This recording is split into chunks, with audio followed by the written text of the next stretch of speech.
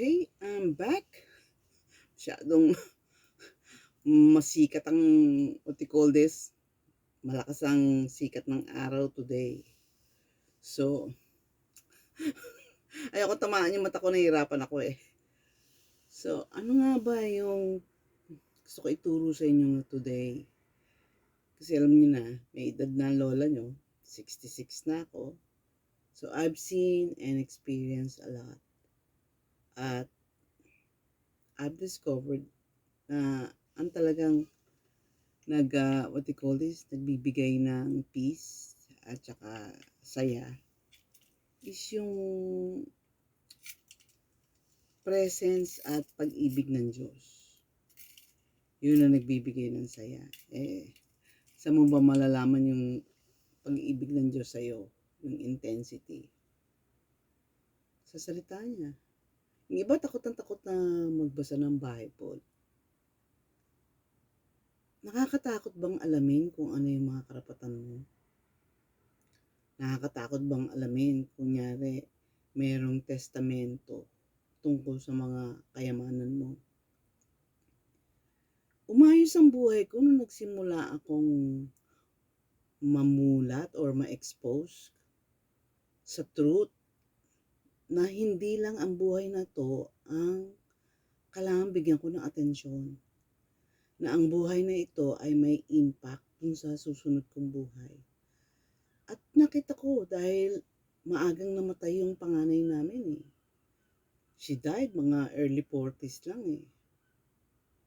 Tanda ko yun kasi early, alam mo yun, year after nung 9/11. Matay siya eh. Not that year. Pero hindi nagtagal. Kaya alam ko nasa second millennial yun. Second millennium. Year 2000 something. Kasi tanda ko, ang Kuwait, nakapunta ako ng Kuwait 2004. That year, pagbalik ko, nag-enroll ako. I've decided to follow what Jesus wants me to really do. And alam mo, yung gusto ng Diyos, gusto niyo ng sikreto, yung gusto ng Diyos is sa ikabubuti mo. Yung the best that you can have, yung gusto ng Diyos yun. Para magulang, minsan hindi kasi maraming maling magulang, pero karamihan ng magulang, tama yung puso. Pag magulang ka, all you want for your kids or your children are the best that you can give. Kaya nga dapat pag magulang ka, ang unang-unang ginagawa mo na dapat madalas is pray for your children.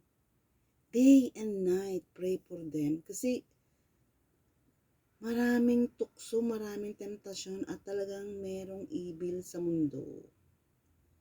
At ang evil, ang purpose niyan is sirain yung paniniwala mo.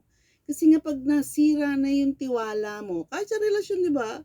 Pag nagsimulang magduda ka, pag nagsimulang ma-feel mong parang lugi ka, parang naisang ka, di ba lumalamig ka? Ganon din sa buhay. Pag nasira yung tingin mo sa buhay, tapos ka. So you have to keep on going back to God's Word. Basahin mo lang yung magsimula ka sa Romans. Napakadali kasi ang ginawa ni Paul, yung Romans, Hebrews, Colossians, puro sulat niya yun.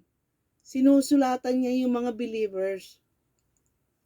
So, ang ginawa ni God, yung mga sulat niya yun, nilagyan niya ng anointing. It can also apply to us dahil meron tayong spiritual life. At nagsimula yung spiritual life natin nung sumurrender tayo kay Jesus at sinabi natin, sige, ikaw na yung Lord ko, ikaw na yung masusunod, hindi na yung will ko. Kasi, pag will mo nasunod, pride ang iiral eh. Kunyari, meron kang kasama sa pamilya na talagang ang feeling mo lagi na lang nagtitake advantage. Pero kung isusurrender mo kay God, yung tipong Lord, bahala ka na dyan ha. So, ako gagawin ko lang yung lahat ng gusto mo. Hindi ko papatulan, hindi ko sasagutin. Alam mo yon. magkakaroon ka ng peace. Ako, nung makuha ko yon, talagang sa peace ako nag-hold on. Kasi yung kapatid ko, tinanong ko sa kanya saan nagsimula sakit mo? Ang sabi niya is, sa sama ng loob. Kasi ang naging problema niya, lungs. Tapos ang findings ng mga psychoanalyst is, pag nasira ang lungs mo, isa sa reason nun is, masyado mong dinidibdib lahat. You hold on to the pain or grief too much. Pag nasaktan ka, sobra kang masaktan. Pagka nagalit ka, yung tawag dito, yung resentment mo napakalalim. Pag na-turn off ka, super turn off. Ang gusto ni God is, alam mo yung para ka lang nagfo-floating, di ba, sa dagat or sa swimming pool. Anong gagawin mo sa floating? Hihinga ka lang and then you let go. Yung hindi mo mag-swimming, kaya hindi makapag-swimming, punong-puno ng fears. Kaya nga dapat ang gagawin mo is magsisimula ka sa mababaw na tubig. Dapat makuha mo muna yung principle sa mababaw na tubig. Na pag pinasok ka ng fear, tumayo ka lang. Ganun yun eh. So, going back, read the Bible. Start with Romans. Yung madali lang, yung magaang. Huwag ka muna pumunta sa gospel kung sa tingin mo talagang mabibigat yon. Huwag muna sa Romans lang. Para makita mo kung ano meron ka as a Christian. Okay guys? I have to go because every day I go to Mass. Bye now.